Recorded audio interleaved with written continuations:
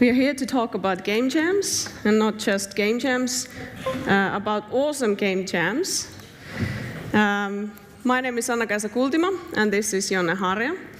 I'm going to talk a little bit about our other experiments, and then Jonne will tell why the bike is on the stage. So yeah, hopefully we can get the slides. There, thank you. So I'm a jamtivist, a jammer, organizer, and a chairperson for a non-profit organization called Finnish Game Jam. We help Finnish Game Jam organizers to run cool events, and we do run a lot of game jams ourselves. We're running a game jam right now behind this wall here, so it's called Pocket Jam. I'm also a game researcher, so that's where my salary comes from. So if you don't know what is a game jam, and probably everybody now already knows what is a game jam, but let's just reiterate that. So game jam is an accelerated game development event where you create a game in small teams within a relatively short time and publish the game right after the event. This is exactly what happens also today, tomorrow at Pocket Jam. So people that are creating games in teams right there will also publish them right after the jam. This is probably something that if you define a jam, people forget to mention that the games are out immediately. There are tons of different kinds of jams. Most of us have heard about Global Game Jam or Ludum there, and offline and then online game jams that have been running for quite a long time. So for instance, Global Game Jam has, the first Global Game Jam was 2009. And Global Game Jam was formed on top of a tradition of Nordic Game Jam, which was also part of Global Game Jam for a long time, but then it's a separate event nowadays. There are all sorts of weird different kinds of game jams. So Global Game Jam, Nordic Game Jam, there are about 48 hours of development usually during the weekend. But for instance, Train Jam is a jam that goes on a train of a 52-hour journey from Chicago to San Francisco. So I think this year was the 4th year already of that. There's also, in terms of time or the time constraint, there is much stricter ones. So for instance, 0-hour game jam is a game jam where you create a game in 1 hour when the clocks are turned back. So basically you did game in a 0 hour. We run also game jams in different locations of the conferences and events, like here at Pocket Gamer Connects, and also in Assembly. There's another kind of nice locations, like for instance, Castle Game Jam is in an actual castle. Then there are topical jams, for instance, List, which is not. They are taking a break, so you can't join that next year. So List is about love, sex, and romance. Then just quite recently, Rovi announced that there is going to be a mom jam for the mothers to come back to the industry, so create games together. There are also serious game jams, such as Health Game Jam run from Kuopio in Finland. And then, as Rovio announced their mom jam, there's a lot of jams happening in companies, so also very publicly, for instance, Double Fine's Amnesia Fortnight. If you check Itchy's calendar on game jams, you can find that there's like all the time there is a game jam happening, so there's like a huge explosion of jams right now. And we also update the calendar, which is a little bit more curated, so you can check what kind of game jams we think that are the ones that you should participate into. Finland is a super jammer country. If you are from Finland, if you've been jamming in Finland, you might not be aware of that we actually have quite high percentage compared to the capita of the jammers. So in 2016, for instance, we were the biggest country in Global Game Jam jamming during that weekend, so compared to capita. Also, like in absolute numbers, considering how many countries actually participate into Global Game Jam, we were on the sixth position, so that's quite huge for us as a small country. So in 2016, we had 927 participants only in one game jam, and we also did survival mode, which is a jam experiment that I'm going to highlight a little bit. But we've done different kinds of jams other than Global Game Jam as well. So roughly around 1,000 people during one calendar year are part of our events. And as I already said, we're jamming right next door. And maybe if you're not completely kind of convinced how important it is to follow this trend, I'll give you a highlight of our super jammers. So in Finland, we have a lot of jammers that have been participating to over 25 game jams. But then we have jammers like Samuli Jääskeläinen, and also part of the JamBike, that if I remember correctly, the exact number of jams that he has taken part of from 2012 onwards is 53. So that's quite a lot of jamming that he has been doing. He's created 88 games during his life. So that's quite crazy. So there's a number of game jams and participants, and the kind of people are very into this scene, and some of the jammers travel around the world to go into different kinds of challenges. And for that taste, we've also created, because if you have been jamming for over 25 times, you might want to experience something different, or you might to push the limits a little bit further. So we've done a game jam in a bus, which was touring the global game jam sites in 2014. So we put like 20 developers in a bus, and they were doing games while driving that bus. And that was 2014, so now it doesn't really feel that special, because you can do games anywhere. But we've also been kind of, we've fancied weird technology, so we've done 3 game jams in a planetarium, so for a full dome projector, for instance. It's so much fun to explore new technologies, or kind of technologies that you wouldn't consider commercially viable, but you never know, something might happen, and maybe that's actually your business. We've done game jams with very kind of challenging topics like Quantum Game Jam, and then also we've kind of sent jammers up north without electricity and running water and so forth. I'm going to tell a little bit about that.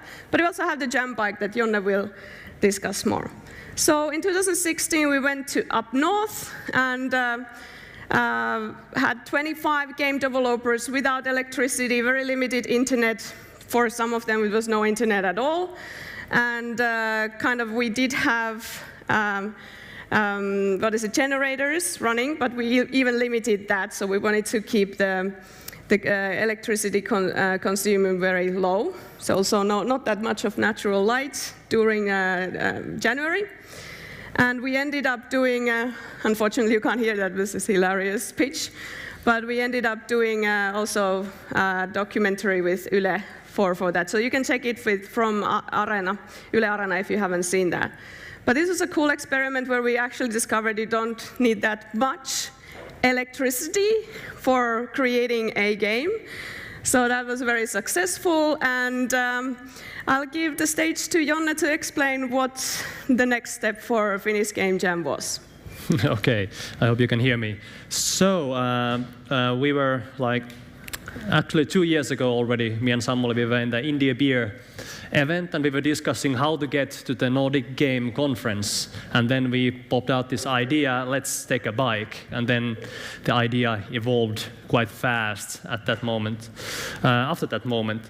So basically, games for me personally, they are about, I think in restrictions there becomes lots of creativity, like mobile games, wearable games, whatnot. I find them really interesting professional-wise.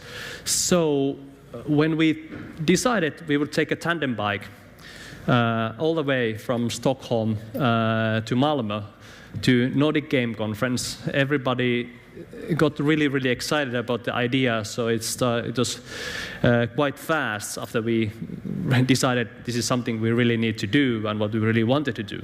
So obvious restrictions, we are outside in the weather, exercising constantly.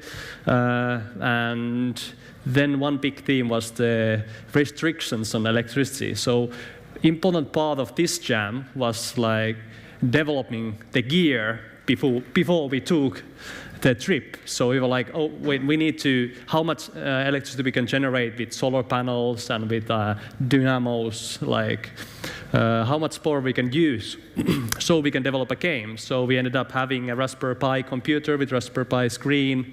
There was lots of complications. We went to the architecture, like university architecture, like workshop, where they helped us to build a case for the computer that can withstand rain if that would happen. So there were lots of restrictions, physical, mental, and technical restrictions on this game jam. So maybe next slide.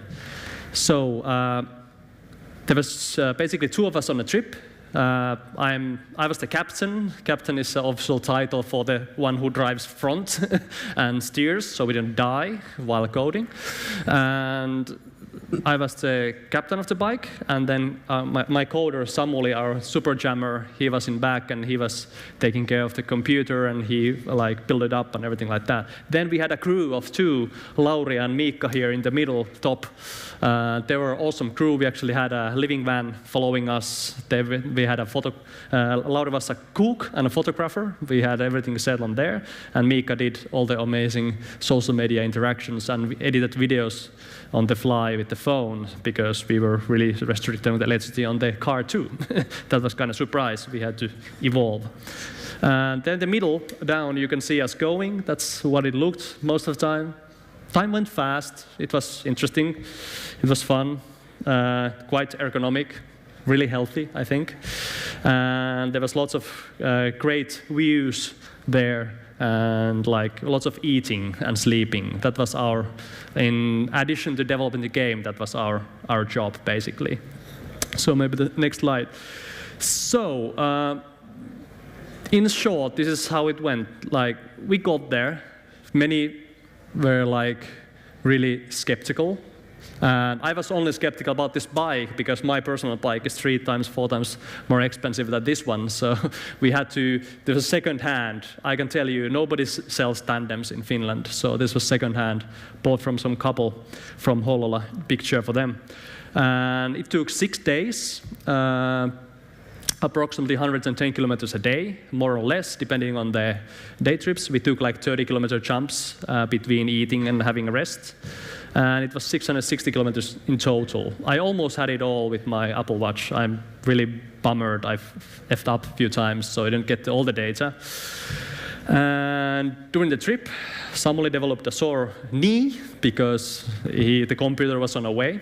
And I learned a lot about how to adjust the saddle of a bike. That was, it was painful. But after the 3rd day, I learned how to do it, so it was a learning experience most of all. There was a big problem. We were planning to have a green game jam, like generating the power on the go, but the sun bothered us only on 2 days while we went. So on 3rd day, we tried to start the computer, but the battery was still too low in charge, so the Raspberry Pi computer didn't run, so we had to take a battery that we had charged with a Finnish power and use it on Sweden. So we didn't have enough solar power. There you can see the route somehow from the Apple photos that we took, and it was quite fantastic. And the game was playable. And yeah, we had a game actually. You can see there on the left side corner, it was a game that was planned to play around the bike. I don't have it to show you, unfortunately. It was a finger twister where you had to push all the buttons and with all the friends and somebody read the screen. It was fantastic.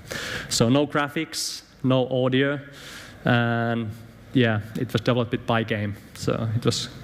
So all the development happened while while on the saddle. Yeah, there was nothing touched to the code. And that was one important restriction. We didn't have an internet connection. So Samuli was basically like drawing the syntax on the paper so he could memorize it while we go, because he didn't use the Pygame that much either. So it was interesting. So it was an amazing trip, and we had fantastic sponsors.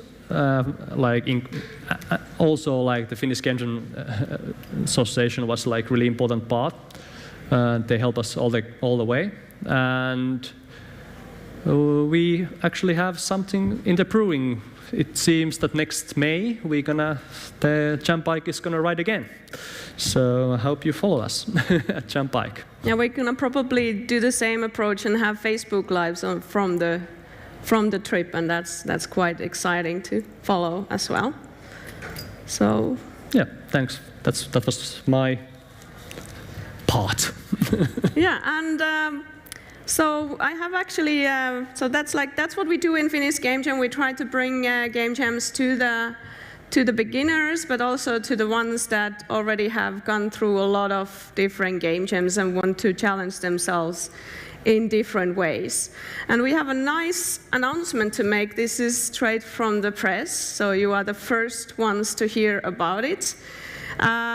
We've been thinking about a lot of different kinds of new ways or new things and new game jams to work with. And one of the game jams that we've been working for a few years was, as I mentioned, Quantum Game Jam. Quantum Game Jam is a jam where you create games with quantum physicists. So it's actual theoretical physics professors and her students and colleagues that are joining our jam. And we're actually making that jam on a survival mode, like the one that we already had on a cottage, but we just want to add a little bit more of the challenge because it was basically too easy. So we want to make the games that are tied to the topic of quantum physics. The cool thing about Quantum Game Jam is that they're creating a so-called black box. So you just, as a developer, you create a game that has an input and output, and then in between there is a code created by the scientists that they can use for crowdsourcing their actual research problems. So it's a little bit like Foldit, but in a more perhaps fun way. And the thing is that we're paying a trip for gifted game developers and jammers, a full kind of full boarding, so to speak, also all the travels and the food and stuff. So we are having applications, and application is online now. So any of you can apply to this trip, which will be in December from 7th to 10th, including the travel days. So that would be our next stunt in the field of game jams. And we're going to enjoy a nice cottage up north with quantum physicists and game developers. So that's our next trip. And we hope that you will join that adventure. If not that, then other adventures follow our game jams as well, or become an organizer, a sponsor, whatever kind of means you want to be part of our nice game jamming scene in Finland. So there is a booth. We have volunteers for you to talk more. We have free stickers and candy, if that's what you want instead. And you can always ask more questions by email and in Facebook, and just follow us in our channels. And I think we have enough time. If you have any questions about our stunts and game jams in general, so feel free to ask questions. Thank you.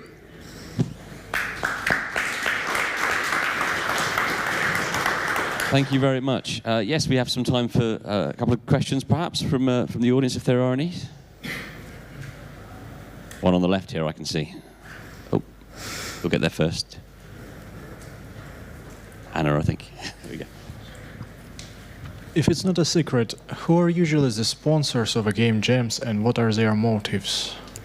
Say again, so who is the sponsor and what are their motives? Yeah. So when we started game jams, or running game jams in 2010, we were asking money from different kinds of places to cover pizza and soda, basically. And then we discovered that when you put a jam t-shirt and then there's a logo on the back, people are using these t-shirts quite a lot, so we ended up only asking money from game companies. So it is basically giving back to the community. And then some companies might have an interest to be visible for the future talents. So it is a recruiting motive, or, well, not all of them have a recruiting motive. We have a very great community in Finland, and game companies really want to support the hobby scene where they also come from themselves. So hopefully that answers your question. Then there's maybe sometimes other organizations that just want to have a little bit of kind of contact to the development scene. We've had also some of our sponsors, they didn't only give us money, but they also put a lot of money and time to participate our jams, to go to the grassroots level, to perhaps kind of reconnect with their love if they can't do the games that they want to do, or they can't explore perhaps all the technologies that are not relevant to their commercial productions. So that is for also kind of a virkistystoiminta, that's I don't know what is it in English, but for funsies. But it is important also to go to the grassroots. If you think about like IGDA meetings, you can talk with people, but in like where do you actually can test your future co-workers in an actual game development setting? So it's a pretty efficient way to meet the new talent as well. Cool, thank you. Actually, could you just for a moment perhaps tell us what's going on with the Pocket Jam next door? Are they working to a theme, and when did they start and when did they finish? Yes, so we started at 10, and then we are ending, the deadline for the jam is at 2 tomorrow. So it is a bit less than 30 hours. And the theme is more love, less hate, because of the world today. So that's the theme, and they're making pretty awesome games. And we have actually, in few minutes, we are going to take a look at their development of the first 7 hours. So if you're interested to see what they were able to do in such a short time, they're gonna showcase their projects behind that wall. Thank you very much. Perfect. Thank you, nnakaisa and Jonne. Thank you very much. Thank you very much for your talk. A round of applause, please, and thank you.